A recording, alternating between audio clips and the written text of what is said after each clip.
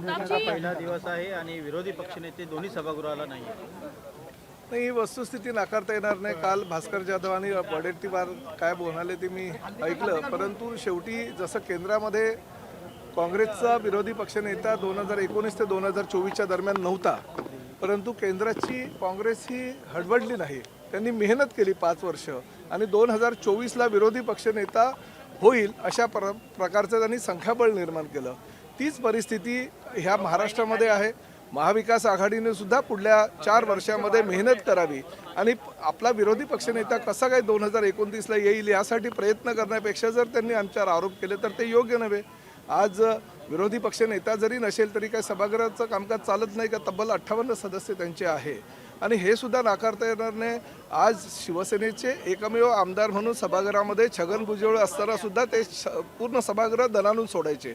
यांच्याकडे तब्बल 58चं संख्याबळ असताना जर हे घाबरत असतील तर ते योग्य नव्हे. आणि शेवटी काल मुख्यमंत्री आणि उपमुख्यमंत्र्यांनी सांगितलेलंच आहे की विरोधी पक्षनेता देण्याची जबाबदारी ही सरकारची नसते किंवा मुख्यमंत्री किंवा उपमुख्यमंत्र्यांची नसते.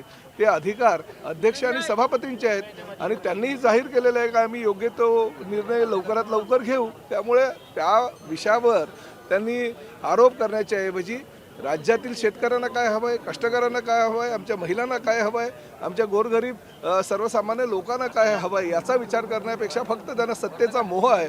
विरोधी पक्षनेत्याची खुर्ची मिळावी, त्यांचा बंगला मिळावा, त्यांचं कॅबिन मिळावं यासाठी जर ही लोक भांडत असतील तर ते योग्य नाही. भास्कर जाधव आणि तुमची काल भेट झाली, काय नेमकं भेट झाली? नाही बघा, नगरविकास राज्यमंत्री असताना भास्कर जाधवांकडे मी सातत्याने जायचो माझ्या विधानसभा मतदारसंघातली कामं घेऊन आणि शेवटी आमदार हा मंत्र्यांकडे जातच असतो. तो भले कुठल्या पक्षाचा आमदार आहे आणि कुठल्या पक्षाचा मंत्री हे बघत नाही.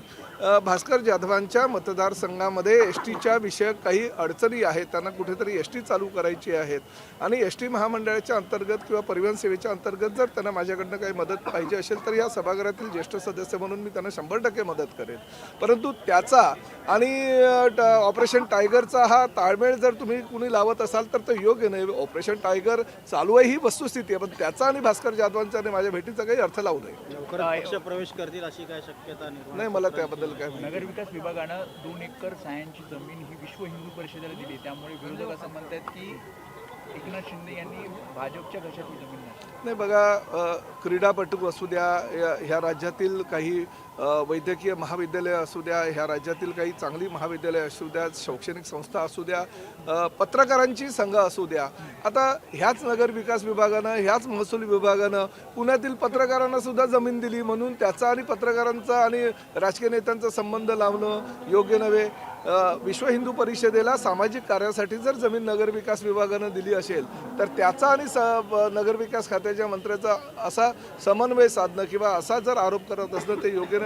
मग त्यांनी पत्रकारांनी दिले, आम्ही जी पत्रकारांना नाममात्र दर नाही, जवळजवळ मोफत जमीन ही पुण्याला दिलेली आहे. मग त्याचा विषय काय ते लोक घेत नाहीत. म्हणजे एका बाजूला एका कुठल्या तरी कम्युनिटीला मदत करायची आणि दुसऱ्या बाजूला दुसऱ्या कम्युनिटीच्या विरोधात बोलायचं हे विरोधी पक्षनेत्यांचं किंवा विरोधी पक्षाच्या सदस्यांचं वागणं हे योग्य नाही. प्रामुख्यानं HSRP नंबर प्लेटच्या बाबतीत फार महत्त्वाचा निर्णय परिवहन खात्यानं घेतलेला आहे. 31 डिसेंबरपर्यंत HSRP नंबर प्लेटला ही मुदतवाढ दिलेली, ही 4थी मुदतवाढ आहे. आजपर्यंत 50% गाड्या राज्यातील 3 ठेकेदारांच्या माध्यमातून त्यांना HSRPची नंबर प्लेट लावण्यात आलेली आहे. परंतु पूर्णतः खरं तर 100% गाड्यांना सुरक्षिततेच्या दृष्टिकोनातून HSRPची नंबर प्लेट लावणं गरजेचं होतं, परंतु ठेकेदारांच्या माध्यमातून तशी काही उपाययोजना होताना दिसत नाही. म्हणून आम्ही असा निर्णय घेतलेला आहे की 1 जानेवारी 2026 पासून देशातील किंवा राज्यातील ज्या काही कंपन्या HSRP नंबर प्लेट शासनाच्या निकषानुसार बनवतात त्या सर्वांना HSRP नंबर प्लेट लावण्याच्या आम्ही सूचना करणार आहोत, जेणेकरून लवकरात लवकर पुढल्या 2 ते 3 महिन्याच्या कालावधीमध्ये पूर्णतः सगळ्या गाड्यांना HSRPच्या नंबर प्लेट बसवले जातील. 31 डिसेंबर नंतर मुदतवाढ मिळणार आहे का? 31 डिसेंबर नंतर सुद्धा मुदतवाढ आता मिळणार नाही, 4थी मुदतवाढ आहे. शेवटी ठेकेदारांना जर काही आम्ही मुदत दिली असेल तर त्या मुदतीमध्ये त्यांनी काम करणं गरजेचं आहे. त्यामुळे आता मुदतवाढ न देता आम्ही खुल्या बाजारामध्ये नंबर प्लेट प्रत्येक म्हणजे शासकीय जो निकष आहे त्या निकषाच्या आधारे बसणाऱ्या प्रत्येक कंपनीला ती नंबर प्लेट लावण्याची परवानगी आम्ही 1 जानेवारीपासून देणार आहोत. रॅपिडो संदर्भात आणखीन एक गुन्हा दाखल झालाय मुंबईत आंबोली पोलीस रॅपिडो पूर्वी माझ्यावर आरोप व्हायचे की प्रताप सरनाईकांचा कुठला तरी ते गोविंदाच्या कार्यक्रमाला रॅपिडो हा स्पॉन्सर आहे. प्रताप सरनाईकांच्या आणि रॅपिडोचे काही लागे बांधे त्यांनी स्पॉन्सरशिप घेतलेली आहेत. आता विरोधकांनाही कळेल, ज्या रॅपिडोनं शासनाची पायमल्ली केली, शासनाचे जे निकष आहे ते निकषाच्या आधारे कुठलीही त्यांनी बाईक टॅक्सी चालवलेली नाही, किंबहुना ई बाईक त्यांनी चालवणं अपेक्षित असताना किंवा टेम्पररी लायसन त्यांना दिलेलं असताना ते सरसकट ह्या राज्यामध्ये खाली ज्या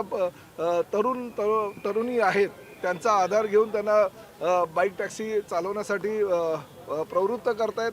अशा प्रकारे त्यांनी बाईक टॅक्सी चालवल्यामुळे 2 ते 3 ठिकाणी अपघात घडलेले आहेत, एकाचा मृत्यू झालेला आहे. त्यामुळे परिवहन खात्यानं असा निर्णय घेतला की ज्या ज्या ठिकाणी ही बेकायदेशीररित्या रॅपिडोची बाईक टॅक्सी दिसली की त्यांच्यावर गुन्हे दाखल करायचे. आणि आता फक्त चालवण्यावर गुन्हे नाही, जे मालक आहे रॅपिडोचे त्या मालकांवर गुन्हे दाखल करण्याच्या सूचना मी केलेल्या आहे. कालपर्यंत 7 गुन्हे वेगवेगळ्या पोलीस स्टेशनला म्हणजे ऐरोलीमध्ये, घाटकोपरमध्ये, मीरा भाईंदरमध्ये, ठाण्यामध्ये आणि मुंबईतील अन्य ठिकाणी 7 गुन्हे दाखल झालेले आहेत. जर अशा प्रकारे कायद्याचा कोणी भंग करत असेल, भले ते रॅपिडो असू द्या, ओला असू द्या किंवा उबेर असू द्या, कायदेशीररित्या त्यांच्यावर कठोर कारवाई करण्याच्या सूचना मी माझ्या डिपार्टमेंटला दिलेल्या आहेत.